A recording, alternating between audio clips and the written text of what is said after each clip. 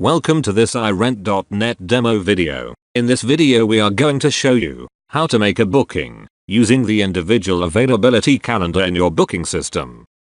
To do so, go to the bookings menu, then select individual calendar. Go to the accommodation box and scroll down to select the proper accommodation. In this example Villa Demo 4. Click on the arrival and then on the departure date. Click on New Booking to make the entry. Go to Tenants and click on the first button. Now enter name and contact info and save.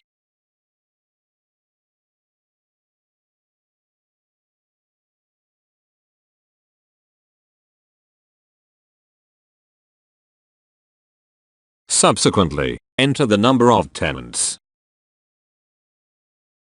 You can write down remarks in the appropriate drop-down boxes. Important could be what should be done upon arrival or departure. Then save.